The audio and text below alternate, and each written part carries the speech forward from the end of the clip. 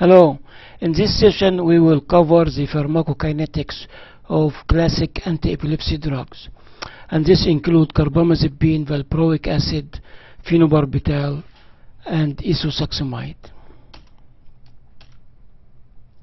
Our goal is to see what we want to achieve as therapeutic goals, desired levels, and population parameters for a specific agents. Then we will get into designing initial dosage regimen and recommending appropriate monitoring parameters. We also want to know how to adjust dosage, and this is depend on our ability to assist the patient, and revise any pharmacokinetic parameters that we would need to do. In the management of epilepsy, our goal is zero seizure, and most of the time this is achieved by drug therapy. However, in some cases, even with polypharmacy, we cannot control seizure, and surgery may be required.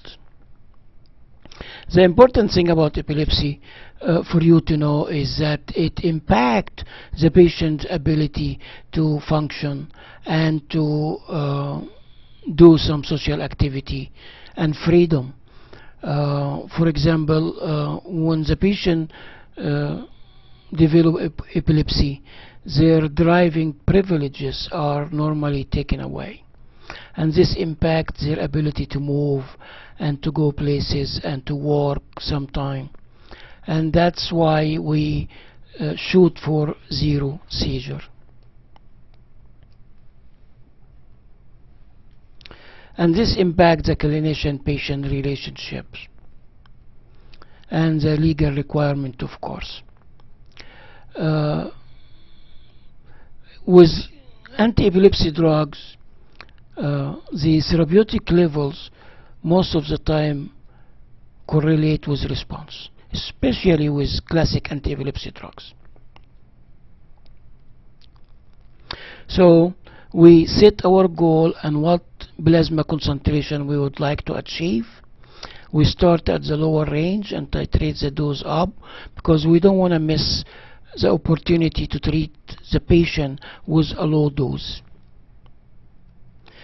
So we set our goal, then we estimate the patient population parameters. What is the most likely expected parameters or clearance for the patient. Then based on that we design the dosage, and some clinicians use the milligram per kilogram per day doses and divide that dose into BID or TID, because they try to start at the lowest effective dose possible. Once we initiate therapy, we try to predict when the steady state will be achieved, and we measure blood level and monitor the patient response to therapy. And remember, we are treating a patient, so if the patient responds well to a small dose or to a plasma level that is low, then that is acceptable. And some patients may need higher levels, and it will be worth trying higher doses for this patient. When we get the level back, then we revise the patient pharmacokinetic parameters. We calculate what we think is really true for that patient. As what I mean by true for that patient, something like clearance, like what's the half-life. That's based on the level. We try to know more about the patient, because the levels are representing the patient talking back to us, telling us they clear the drug faster or lower than what we think. And based on this revised parameter, we adjust the dose if we need to. We repeat these steps 4 to 6: monitor, revise parameter, adjust dose, until we reach our goal of number 1, therapeutic goal. Optimum control of seizure may require adding a drug or removing another agent, and this process normally takes place in outpatient basis or in neurology clinic or epilepsy clinics. And through titration, careful titration and monitoring. Patient compliance is very important in this stage, because you don't want to make those adjustments assuming that the patient is compliant while they are not. We try to have an idea about what is the expected changes in patient clearance, what may happen to plasma level if a drug is added, or if patient condition change, or if the organ function, kidney or liver, change. So the prediction of change followed by careful monitoring is critical in treating or controlling seizures. What do we monitor? We monitor drug efficacy by looking at the frequency of seizure, how often do they have it, how many do they have it per day or per week, and a calendar can be a useful tool for the patient to use. We also monitor toxicity. Dose-related adverse effects are very critical, because when the patient experiences these symptoms, their compliance is impacted, and you don't want this to happen. And you want to adjust dosage carefully. You want to teach patient about what to expect, so they are not surprised, they are not shocked, and you want to tell them what to do if they have this event happen to them, or this reaction, or if they experience something that is undesirable, because you don't want the effects to continue to be experienced by the patient and get worse. We teach patient about compliance, and handout and materials are very helpful to many patients. So patient education is very important. When you draw blood level, you want to draw it at steady state, so you can make appropriate dose adjustment if needed. And you want to be consistent with the time of drawing blood levels. Of course, we always like to draw level before the morning dose, in the morning, i.e. trough levels. Again, I cannot stress patient education any more than is needed, but it is something that really critical. In this sheet I summarize, or slides, I summarize the kinetics and some of drug interaction and monitoring parameter of the classic four. The classic fours are carbamazepine, valproic acid, isosuccinimide, and phenobarbital. On each column you will see the information related to that drug. For example, pharmacokinetic parameters are summarized here, and I list in blue the bioavailability as F, the salt fraction of each drug, the volume of distribution and clearance for the populations, and the expected half-lives. The therapeutic window is mentioned in the top. It's 4 to 12 for carbamazepine, 50 to 100 for valproic acid, and 40 to 100 for isosuccinimide, and 10 to 30 for phenobarbital. That's the first row. The second block is pharmacokinetic population parameter. The third block is the initial dosage, whether it is in milligram per kilogram or in pharmacokinetic approach. In pharmacokinetic approach, we normally look into the population clearance, and we multiply that by the desired level to get the maintenance dose. You watch for the unit, and that will help you not to make mistake. We calculate the daily dose, then we divide it and give it every 8 hours or 12 hours, 2 to 3 times a day. And later on, based on the expected half-life, we may switch to once a day dose if possible, or if it can work. What's important with carbamazepine is when you decide on the dose, in the maintenance dose, you need to titrate that dose. You don't give the whole dose, daily dose, from the first day to the patient. You give a quarter of the dose, of the daily dose, every day for a week. The second week you increase that quarter dose by a quarter. So you give half of the dose, and so on until you reach your calculated desirable dose in a month. The reason for this is that you want to account for autoinduction. Carbamazepine clearance is induced by the patient's own enzymes.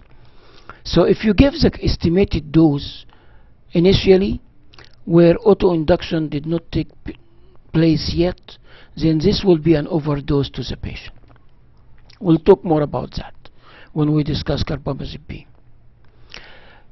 Anyway, when you start the dose, you try to see what do you think the half-life is, and you monitor the level after you achieve a steady state, which take place in about 4 to 6 half-lives. For something like carbamazepine or something like phenobarbital, where steady state may not be achieved until more than 2 weeks or so initially, you may want to have a level in a week or two when you change doses, just to know where you're at.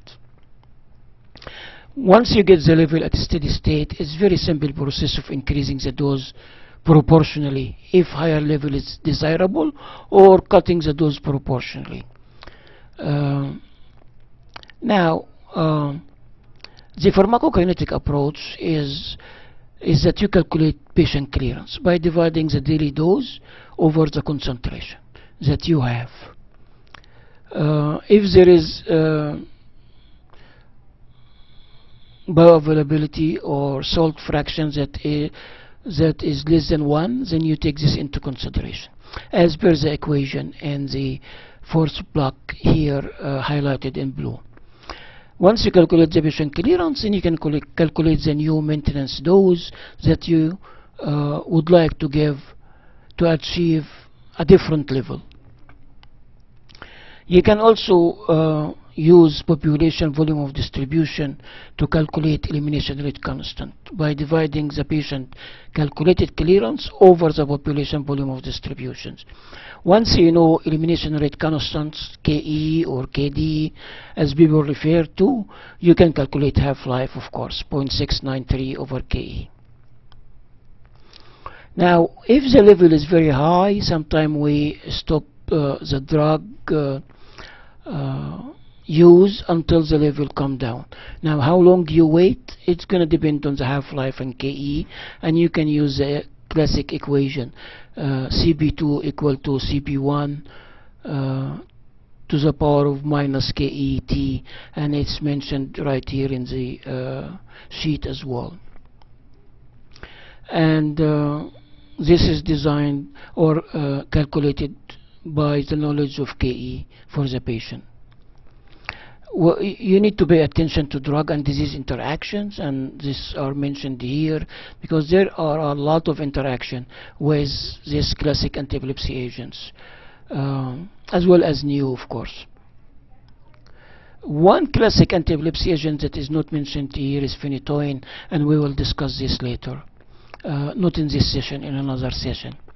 But you need to know that carbamazepine level is impacted by enzyme inhibitors or enzyme induction. What I mean by enzyme is cytochrome P450, and the drugs that impact this are here. Carbamazepine also induce the cytochrome P450 or increase the ability to metabolize drugs. And this impacts the blood level of other agents like thiopheline, coumadin, oral contraceptives, and that's very critical to know. Valproic acid, the unique thing about valproic acid is that it binds to plasma protein, and it may be displaced by other drugs, or it may displace other drugs. And also valproic acid increases the free fraction and toxicity of phenytoin, so you want to be aware of that. Valproic acid itself, toxicity, and free fractions are increased by drugs like phenytoin, aspirin, and also it's increased in pregnancy. You want to pay attention to these interactions. Isosaxomide increase the plasma level of phenytoin. Phenobarbital is a classic inducer of metabolizing enzymes.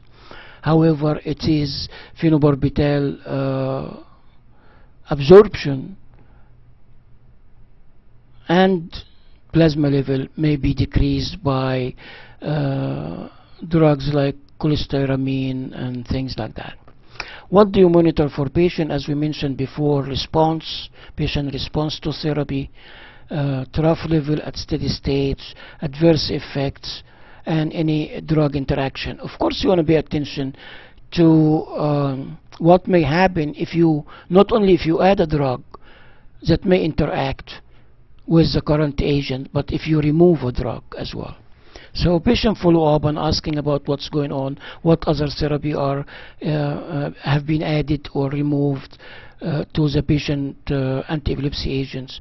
This is something that you want to ask and you want to examine in every visit.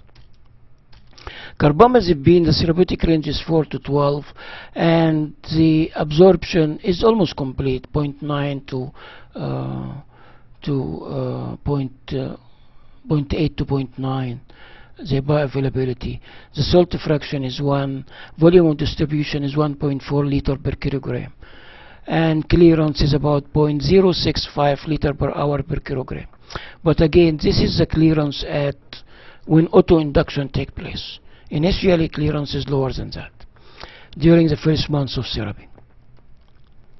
The half-life is about 10 hours, but initially during the first months it may be as high as 40 or 30 to 40 hours. The initial dosage is estimated based on the patient body weight, or with a pharmacokinetic approach you use a clearance of 0.065, you multiply that by the desired goal of level. We start at 4 or 5 milligram per liter as a goal, then you get your dose.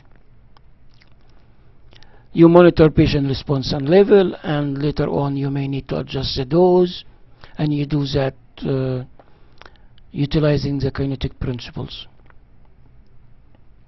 The first thing you ask yourself is if the patient is taking therapy for the first time. Are you initiating therapy, or are you adjusting the dose of a current therapy based on a measured level? If you for initial dosage you use patient population parameters to achieve the lowest therapeutic level for the patient, or you can just start by giving a milligram per kilogram per day dose. If you are adjusting dosage, then you ask what the level is, and you use that level to estimate the patient clearance. You can also get the patient population volume of distribution, and you divide clearance over the volume of distribution to estimate elimination rate constant. Then you calculate half-life from the knowledge of elimination rate constant. And of course, as we mentioned again, you monitor patient response, drug efficacy, adverse effect, and trough level. Now here is a case of a 36 years old, 60 kilogram female that we like to start carbamazepine. This is right from the required textbook of Dr. Winter. The maintenance dose is a clearance multiplied by the desired steady state plasma concentration over tau, the dosing interval. So tau being, say, 24 hours per day, if you want to calculate the daily dose, and you divide this by the salt fraction and bioavailability, S and F. So the population clearance for this patient based on the weight is you multiply the 0.064 or 65 of population clearance in liter per hour per kilogram multiplied by 24 hours per day, and that multiplied by the patient weight of 60 kilogram give you 92 liter per day. The bioavailability and the salt fraction are assuming it's 0.8 and 1. Then the dose per day equal to clearance time level divided by S and F, and that will give you 691 milligram. You give this dose twice a day, you get level in a week or two, but you may not start. You should not start with giving the whole dose. You may start giving 150 or 300 milligram a day, and you increase it gradually. The estimation of the half-life using a population volume of distribution of 1.4 will be a two-step process. The first step is that you calculate elimination rate constant. You divide clearance over volume of distribution, and this will be like about 0.046. Then you divide 0.693 over KE, and you get an estimated half-life of 15 hours. That's what we think about the patient. That's what we call population, based on population parameters, population clearance. Now, let's say we get a level, and the level at steady state is not what we thought of. We want to achieve level of 6. Let's say it doesn't come 6. It come 12.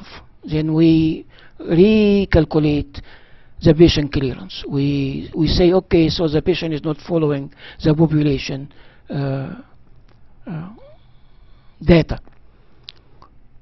So we calculate what is the clearance for that patient based on what the patient is telling us. I mean, based on what the levels that is measured. The same thing, if the blood level is 4 or 3, then this means that the patient clearing the drug faster than what we think. And we need to calculate the clearance for that patient. So now the goal was 6, and we calculated this dose. Let's say we get the level back, we give the patient 300 milligram, and the level is 4. So it's not 6.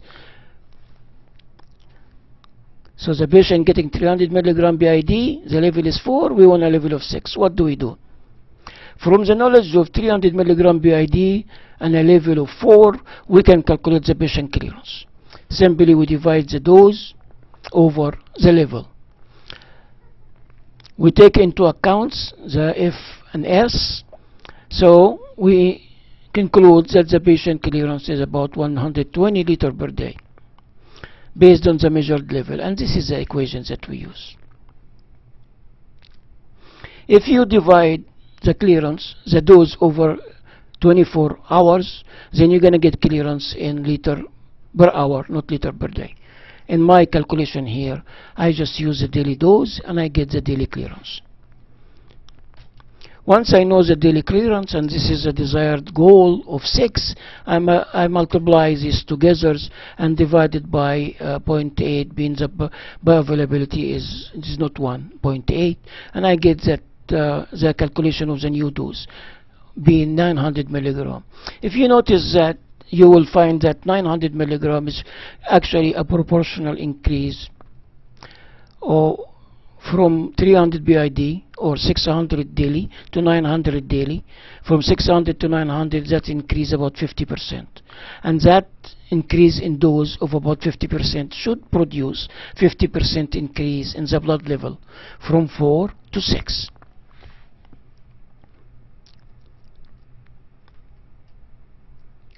And the same equations that we use to utilize to estimate clearance, we also manipulate the equation to calculate the daily dose, maintenance dose, as we discussed earlier. In order for us to calculate KE for the patient, we can just use population volume of distribution and divide clearance over that population volume of distribution. We get KE, then we divide 0.693 over KE, we get the half-life.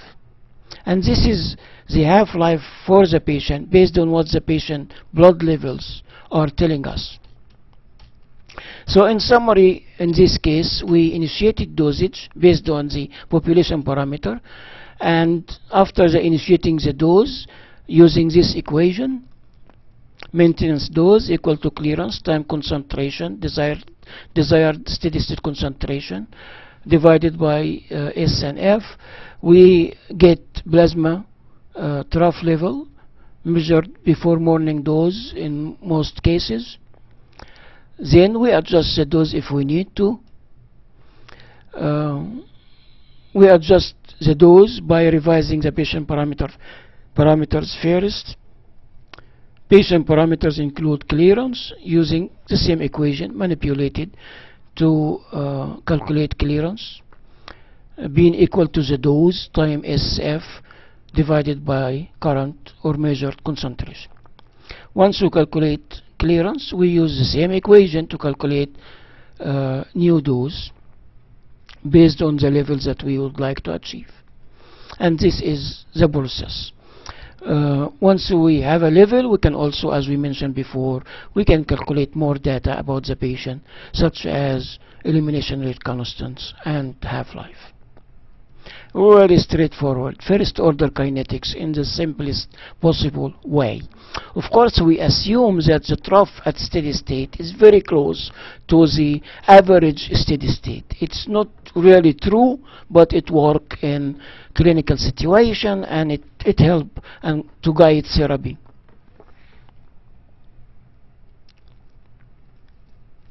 There is other models, more complex, but for calculations, but we will not get into that. Other anti-epilepsy agent, we do the same thing.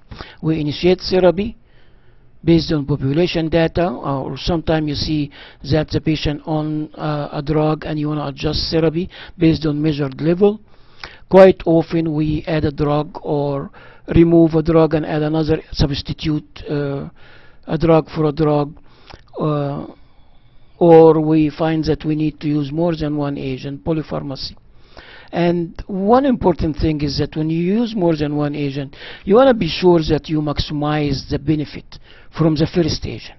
You use the maximum possible tolerable dose first.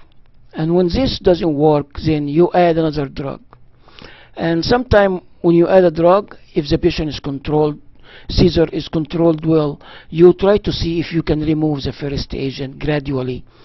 And this is just going to depend on the patient experience and response to therapy, and your experience as well. The anti-epilepsy drugs, other agents, follow first order kinetics. The one drug that does not is phenytoin. Phenytoin follow saturable kinetics, zero order kinetics, and is a highly protein bound drug, so it really requires different set of monitoring process and approaches. Okay, and we're gonna talk about this later on. The new anti-epilepsy agents are going now under research, trying to find the most likely doses or if there is a therapeutic window. And I've done some of the research with agents as well. Very interesting work that we still need to do. You also want to be up to date with treatment guidelines, and we will talk about this later on. Thank you very much.